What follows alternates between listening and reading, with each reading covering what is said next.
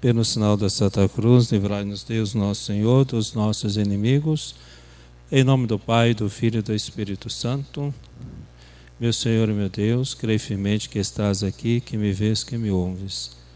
Adoro-te com profunda reverência, peço-te perdão dos meus pecados e graça para fazer com fruto este tempo de oração. Minha Mãe Imaculada, São José, meu Pai Senhor, meu anjo da guarda, intercedei por mim. Amém.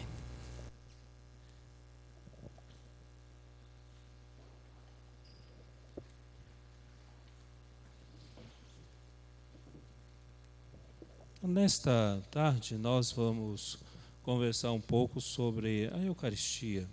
Então, esse momento é uma breve catequese. Depois, dos efeitos da Eucaristia é exatamente nos aproximarmos dos outros.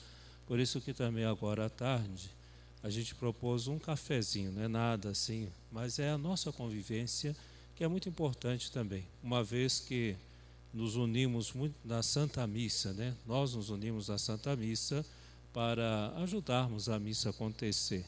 Então, assim, mas terminada a meditação, nós fazemos a nossa pausa, a nossa convivência. Como havíamos combinado, este domingo queremos rezar especialmente pelos nossos sacristães que se mortificam, né? Estão aqui cedo, ficam às vezes até mais tarde, e nos ajuda a manter em ordem tudo em torno do altar. Então, assim, é um trabalho mais escondido, silencioso, mas muito necessário. E depois os acólitos, que são os coroinhas, vamos assim dizer, que também nos ajudam muito na Santa Missa. Enfim, é uma escola de Eucaristia. Depois, nos outros dias, segunda, terça e quarta, vamos lembrar dos leitores, vamos lembrar dos ministros ordinários, que muitos estão aqui esta tarde. E na quarta-feira, a Irmandade. A Irmandade está em Aparecida, voltando da peregrinação anual que fazem lá. Então, assim, esse é o nosso percurso nessa Semana Eucarística, que culminará depois, na quinta-feira, com a festa de Corpus Christi. É bom lembrar aquela história tão interessante, verdadeira e ao mesmo tempo marcada de muita fé. O cardeal Vantuan, quando perguntaram ele certa vez de onde vinha a sua força de manter uma vida de oração eucarística diante do Santíssimo, que ele se esforçava muito em manter pelo menos meia hora, uma hora de adoração ao Santíssimo. E ele então contou uma história. Ele dizia que certa vez na China, que até hoje os cristãos sofrem com perseguições, uma igreja foi invadida e aí então os soldados tomaram a igreja, destruíram muitas coisas e entre elas atacaram o sacrário.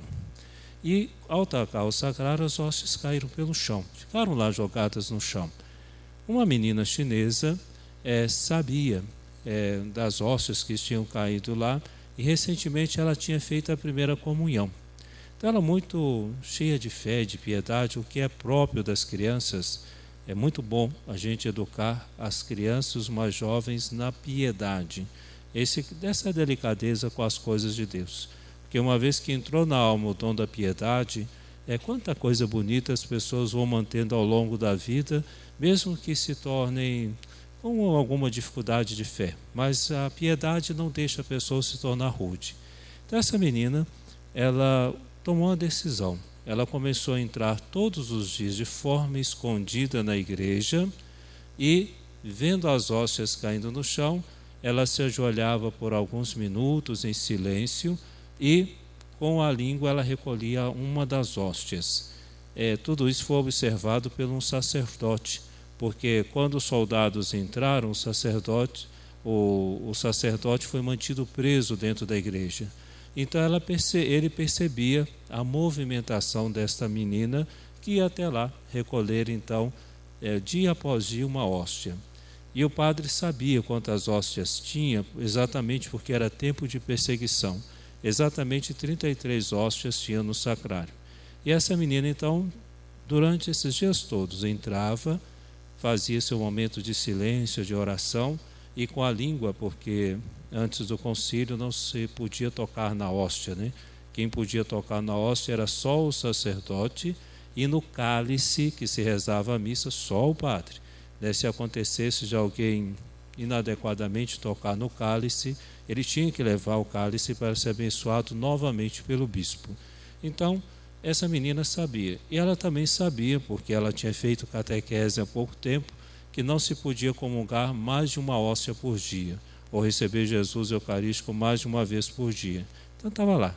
Ela se inclinava, com a língua, ela recolhia a hóstia, comungava e depois ia embora. E assim foram dia após dia. No último dia, ela entrou conforme estava acostumada, conseguiu entrar pela igreja, ajoelhou-se novamente entre o tabernáculo e o altar, mas bem na hora de comungar, ela fez barulho. Os guardas perceberam que ela estava lá na igreja e atacaram ela com uma coronhada forte na cabeça. Ela já caiu e o padre viu a cena acontecendo. Ela caiu no chão já desacordada, sangrando, e aí o padre ficou lá impactado com aquela cena e os guardas rindo, etc., e se afastaram dela. Passados alguns minutos, a menina começou a se movimentar pelo chão e foi arrastando e até chegar à última hóstia e conseguiu comungar a última hóstia. E mais tarde ela veio morrer dentro da própria igreja. Então o cardeal lembrava dessa história que foi contada a ele, desse sacerdote que presenciou essa história verdadeira. Então, por causa disso, ele dizia: aquela menina, todos os dias, ali diante de Jesus, ajoelhando-se, com toda a delicadeza com Jesus na Eucaristia, e que alimentou a vida dela nesses últimos dias da vida dela, e que prestou uma bela homenagem, uma Marte, ligada à Santíssima Eucaristia. Então, assim, também nós, né, vamos pensar em quantos minutos ou quanto tempo a gente dedica um pouco à Santíssima Eucaristia. Corremos o risco, né, eu e vocês, de estarmos dentro da igreja, próximo de Jesus na Eucaristia, mas de não adorá-lo, ou de nunca ter parado na vida para ficar 15, 30 minutos diante do Santíssimo. Quantas vezes a gente esquece disso ou não faz mesmo? Muitas vezes nós nos perturbamos, né? Alguém se ajoelha para rezar e alguém já está ali pronto, né? Ah, tudo bem, como está? Olha isso daqui, vamos lá. Depois que termina a missa também, às vezes saímos de forma abrupta.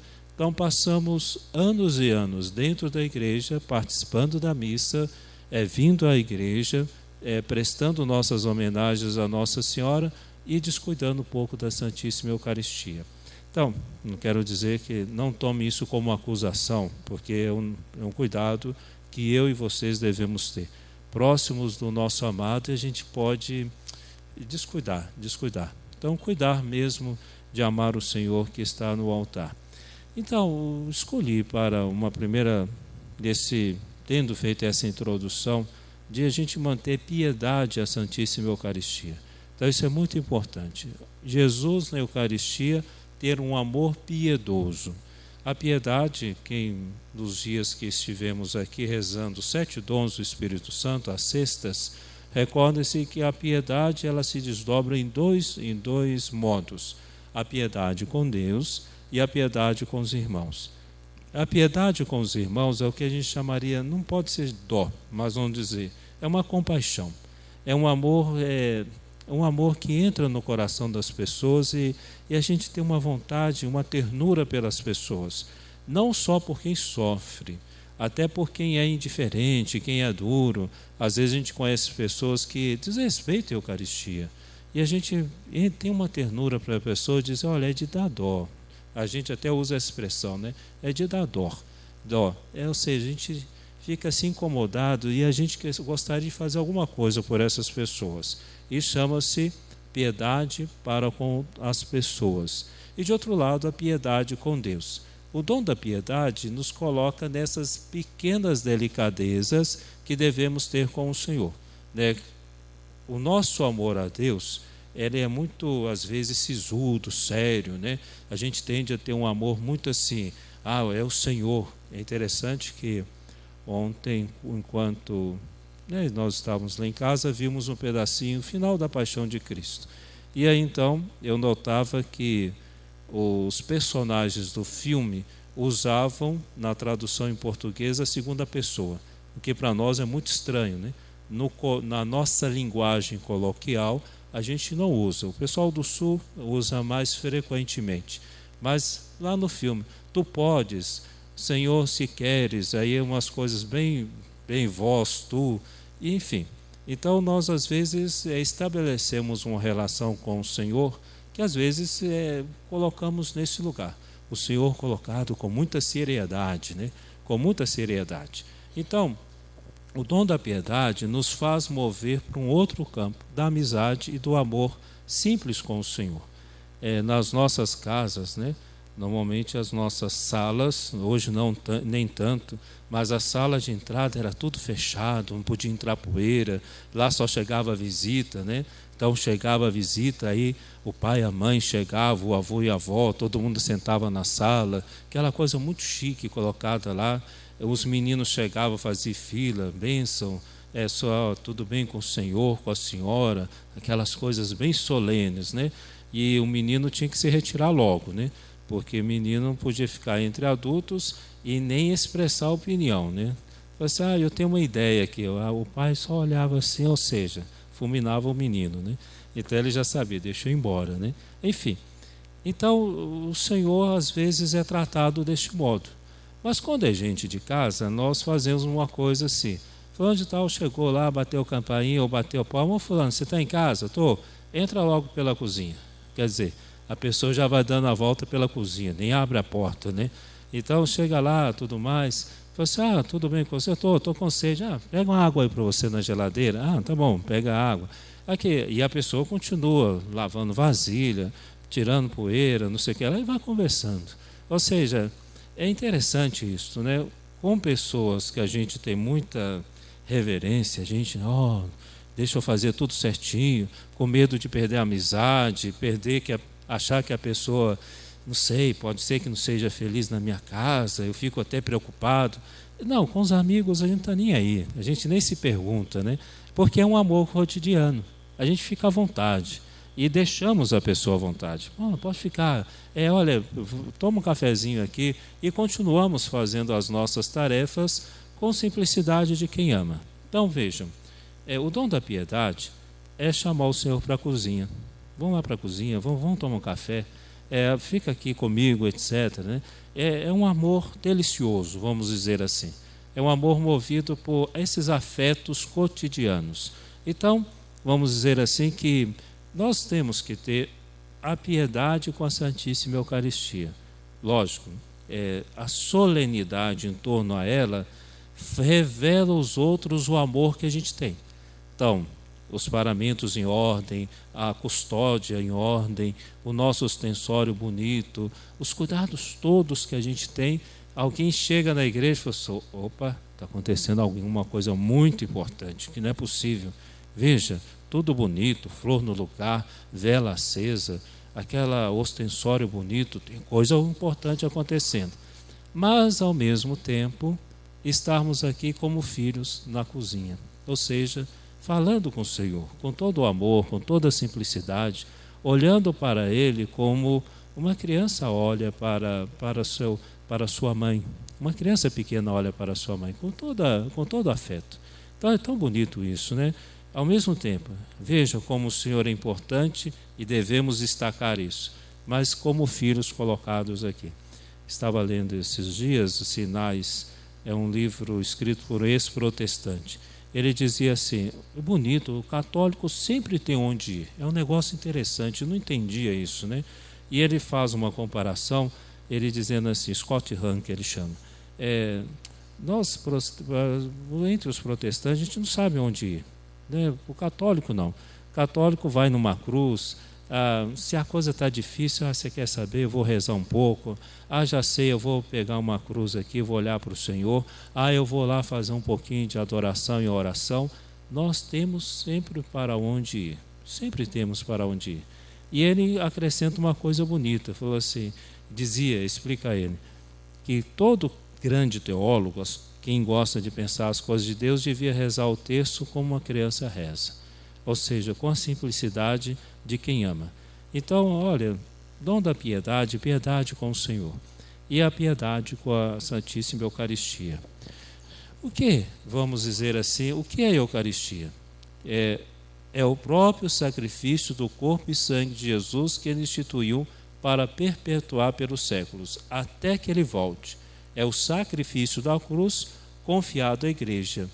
É o sinal da unidade, vínculo de caridade, banquete pascal, no qual Cristo recebe. A alma é coberta de graça e é dado o penhor da vida eterna.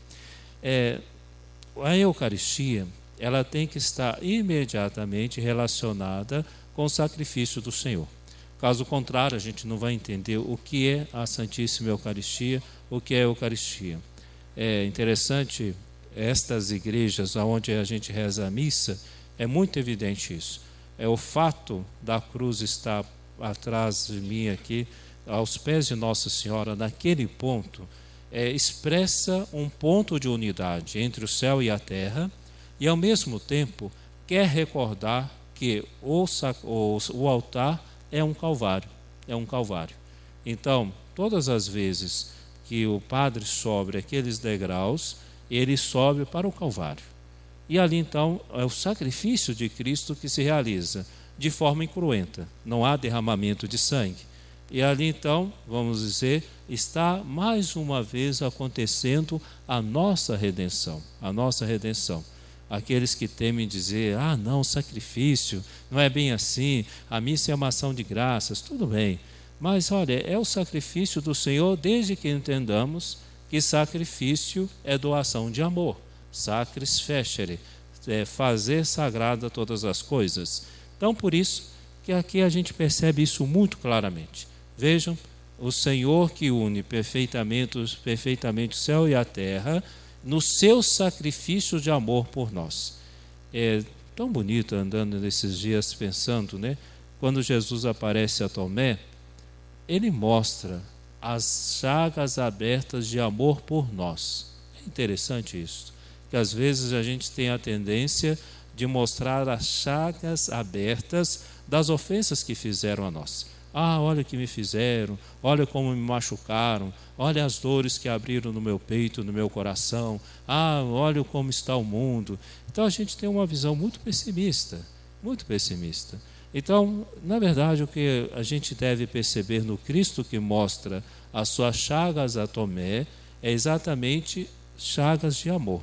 Jesus não lamenta, ele não fica dizendo, como estou, olha como está a minha vida, de modo algum.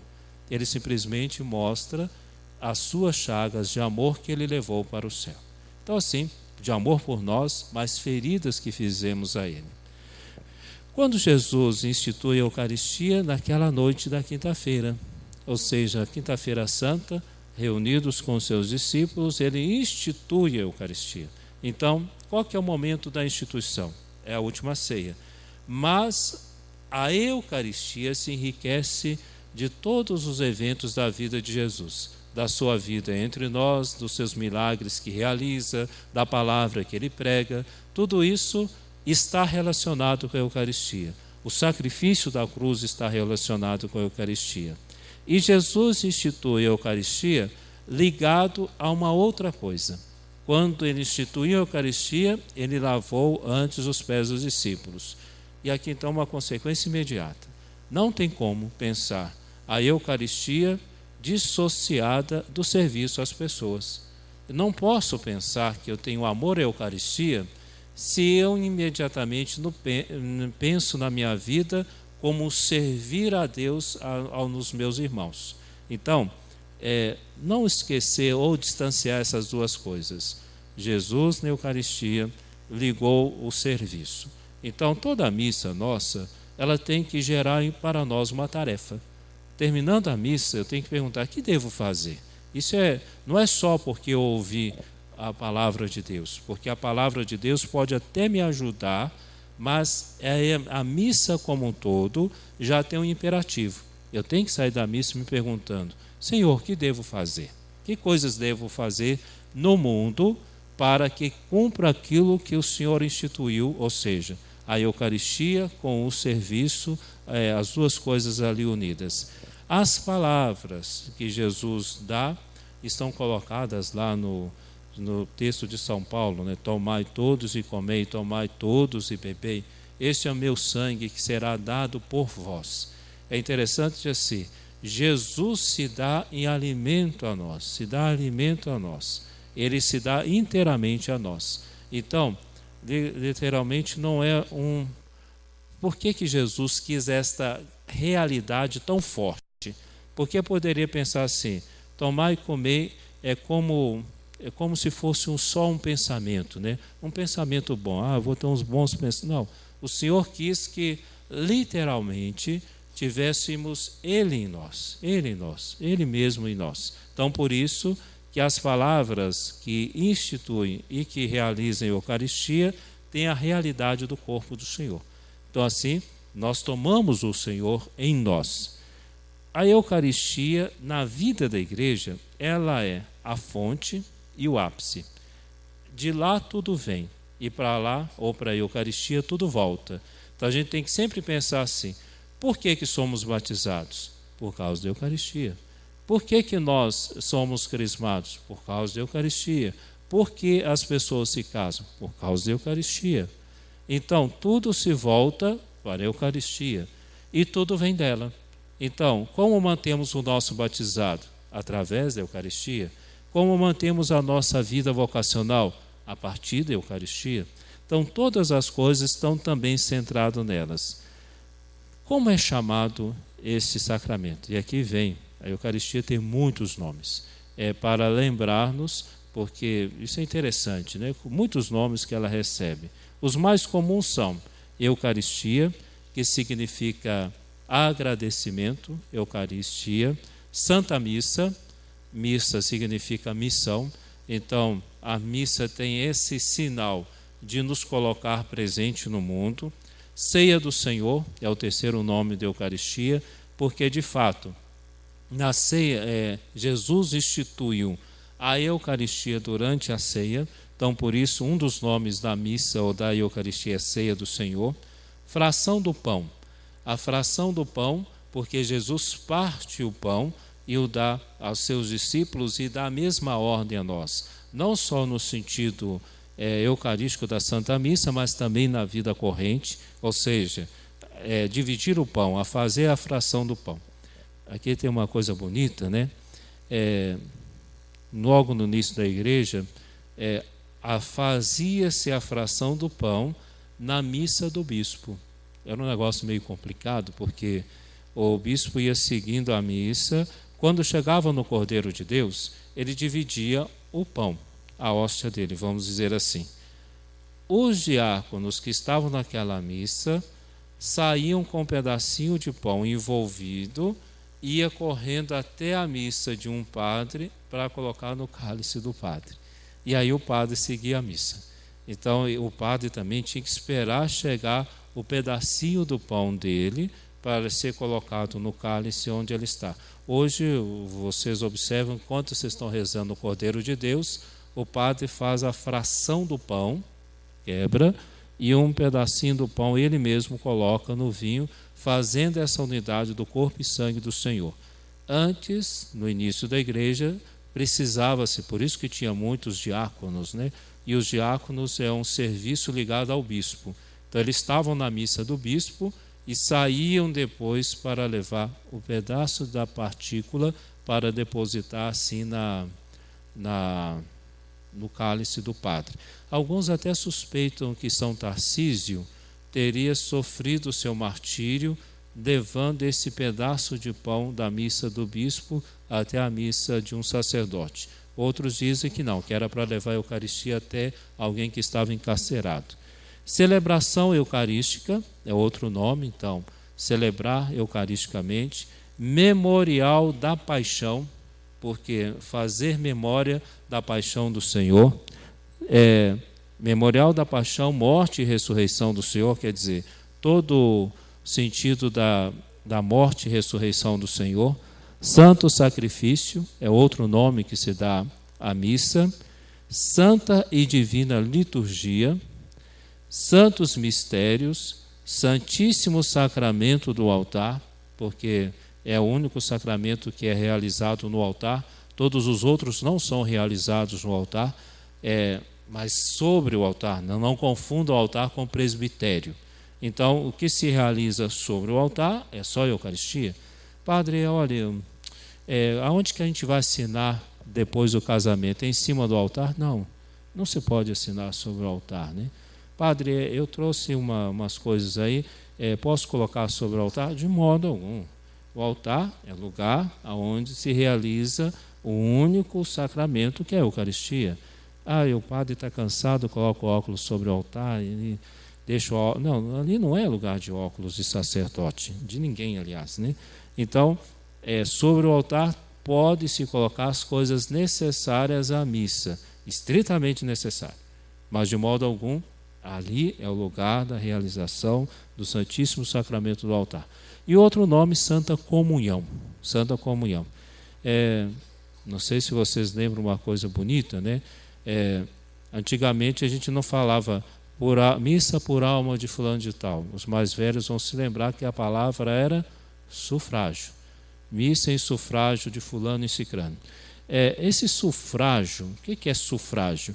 É um alimento que os romanos davam aos mortos. Depois de morto, eles iam lá nas catacumbas, os romanos, não católicos, mas os romanos, iam lá fazer suas orações e eles levavam comida. Arroz não. Arroz até que sim, não sei se chegou lá, né? Mas eles levavam comida e tinha um buraco em cada lápide, e eles então colocavam comida ali, e a comida ia até o sujeito morto, né? E eles faziam isso de tempos em tempos, ano em ano, eles determinavam as datas, eles chamavam esses dias de orações, e eles faziam isso. Então nós católicos pegamos esta ideia e rezamos a missa, que é um modo de nutrir ou de fazer chegar à pessoa falecida nossas orações. Por isso que a palavra que se pode usar é sufrágio. Missa em sufrágio da fulano de tal. O que a gente está fazendo? Enviando para a pessoa falecida nossas orações. Então, por isso, se usa também sufrágio, né? Nunca podemos dizer que ficou comum, né? As pessoas dizem missa pela ressurreição de fulano de tal. Ressurreição, quem tem corpo ressuscitado é Nossa Senhora e o nosso Senhor Jesus Cristo. Então, vou celebrar a missa pela ressurreição. Então, só se o sujeito entrar na missa de corpo e alma e assentar no meio da gente. Aí sim, missa em ressurreição. E aí, lógico, a missa vai ficar vazia, porque o pessoal fala, louco, o que está acontecendo aqui, né? O pessoal vai sair vazado. Então, aí seria a missa de ressurreição, mas ou por alma de, ou sufrágio de. E a missa, então, é muito bonito isso, nutre a nós que estamos vivos. Então, a missa, ou santo sacrifício da missa, ele nos dá força para continuar caminhando. Serve de sufrágio por aqueles que precisam de nossas orações, as almas do purgatório. E serve de louvor às almas, a Deus, através daqueles que já estão salvos. Vale lembrar, né? Padre, e se eu estou rezando para alguém que está salvo? Né? Então, não sei, a pessoa está no purgatório? Pode ser. Aliás, alguém refletiu outro dia sobre isso, né? Que atualmente os nossos ritos de encomendação são tão elogiosos à pessoa morta que a gente esquece que a pessoa pode ter ido para o purgatório. E é tão elogioso que a gente deixa de rezar pelo sujeito pedindo a salvação dele, o que é terrível, A gente pode trabalhar com a hipótese que a pessoa esteja salva, que é a hipótese que nos consola, mas também pensar que não. E a gente tem que rezar muito pela salvação das pessoas. No rito antigo até é previsto o dies irae, né? O dia da ira do Senhor. Se cantava isso bem na missa, em sufrágio de alguém que morreu.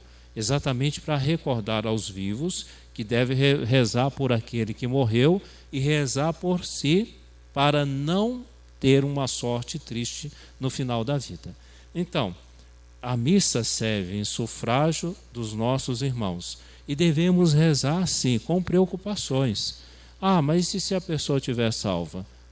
A pessoa intercederá por nós. As nossas orações chegam a ela, por ela, chegam a ela e voltam para nós em ação de graças.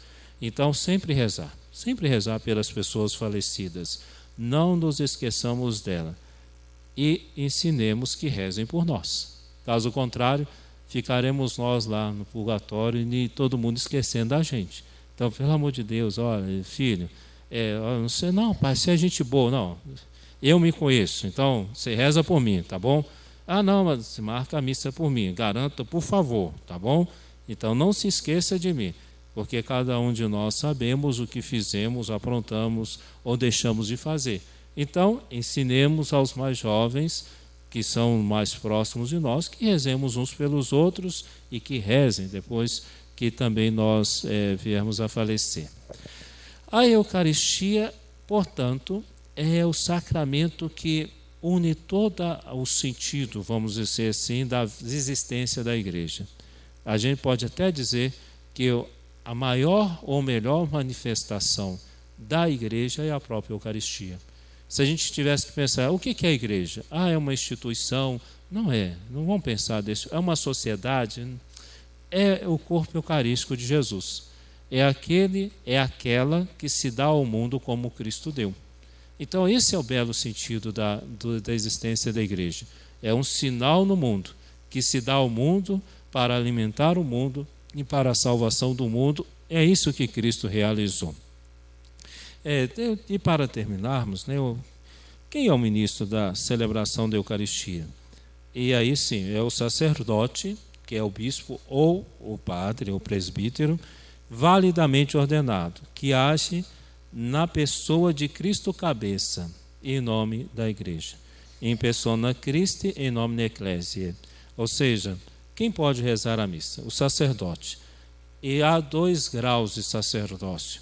É o sacerdócio, que é o bispo, e o presbítero, o padre. Então, são os únicos que podem, de fato, rezar a Santa Missa.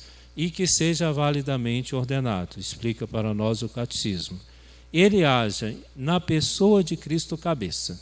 De fato, o sacerdote durante a missa é Cristo, e Cristo cabeça. Os que estão participando da missa, os leigos presentes, são Cristo membres, ou seja, é Cristo membro.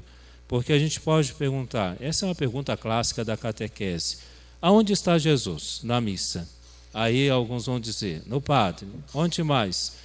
Na Eucaristia. Onde mais? Na palavra. Aonde mais? Nas pessoas. Então as pessoas que vão à missa são Cristo? São Cristo.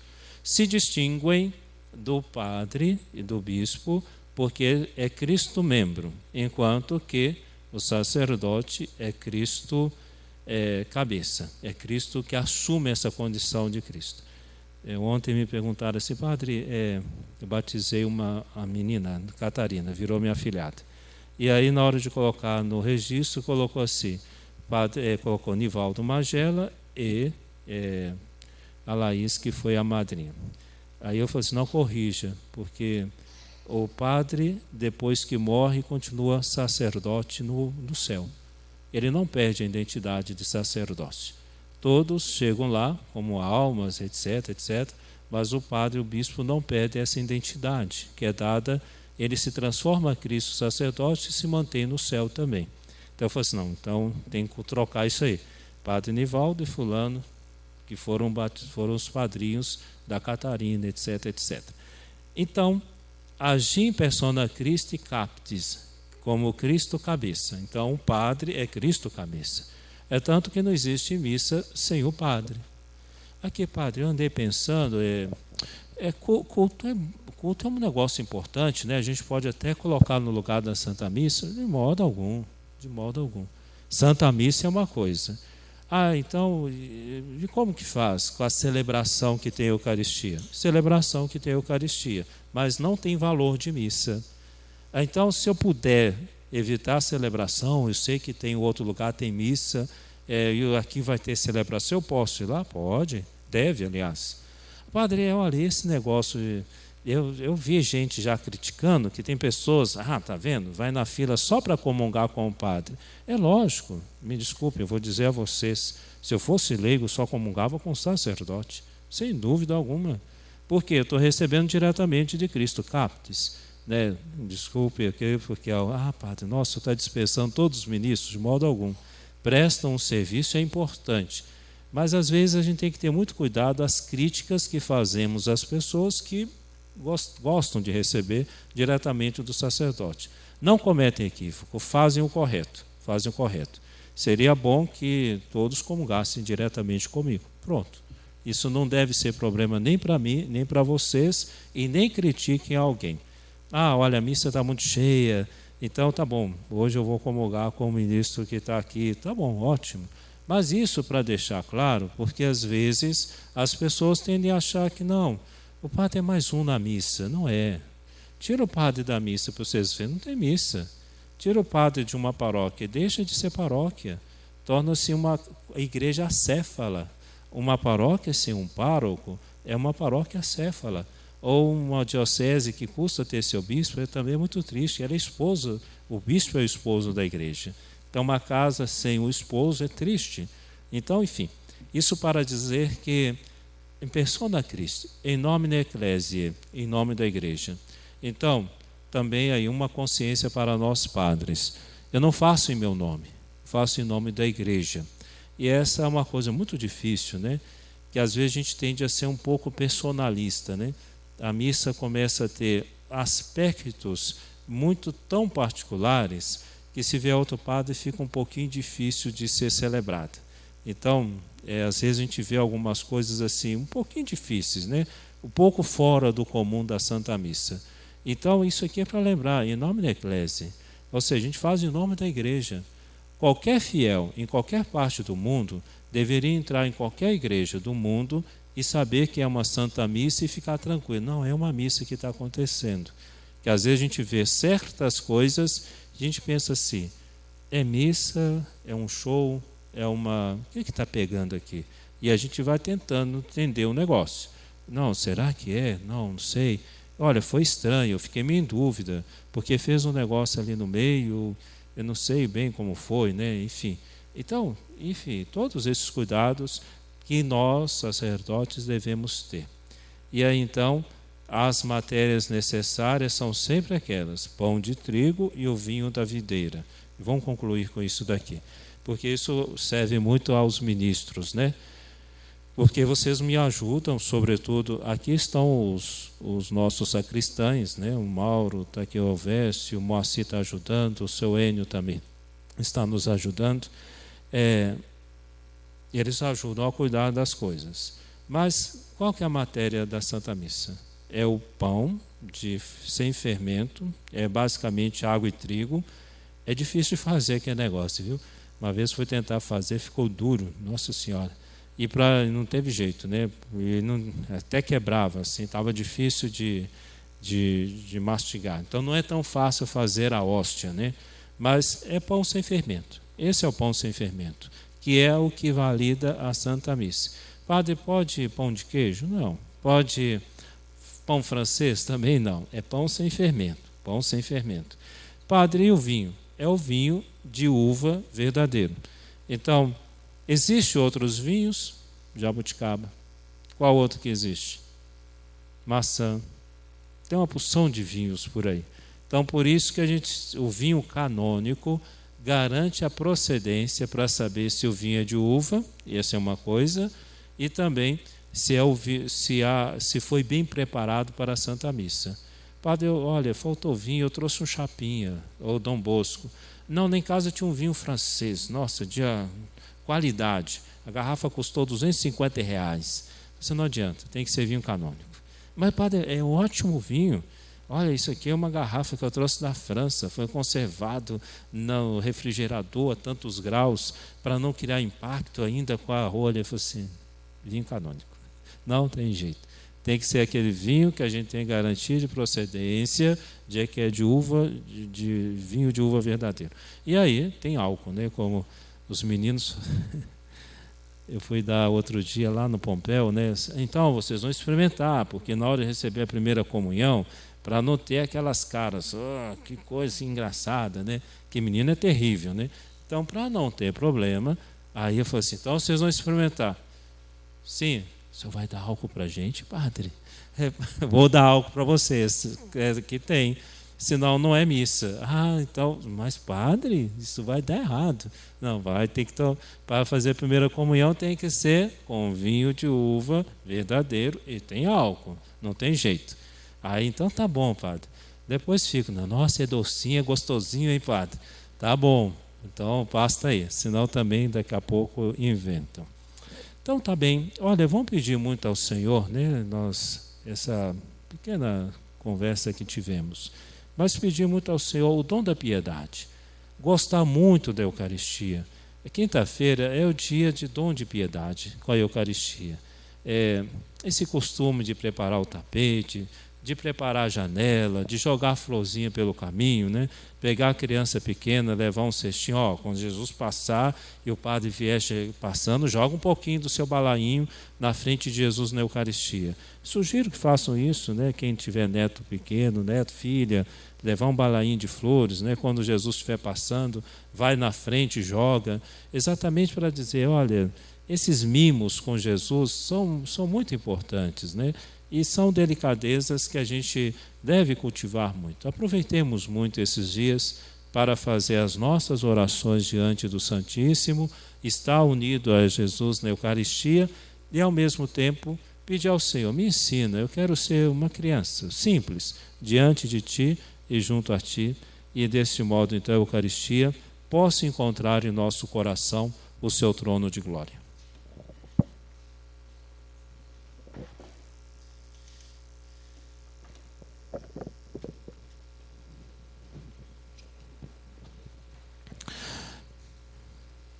Dou-te graças, Senhor, pelos bons propósitos, afetos e inspirações que me comunicastes nesta meditação. Peço-te ajuda para os pôr em prática. Minha Mãe Imaculada, São José, meu Pai Senhor, meu anjo da guarda, intercedei por mim. Amém.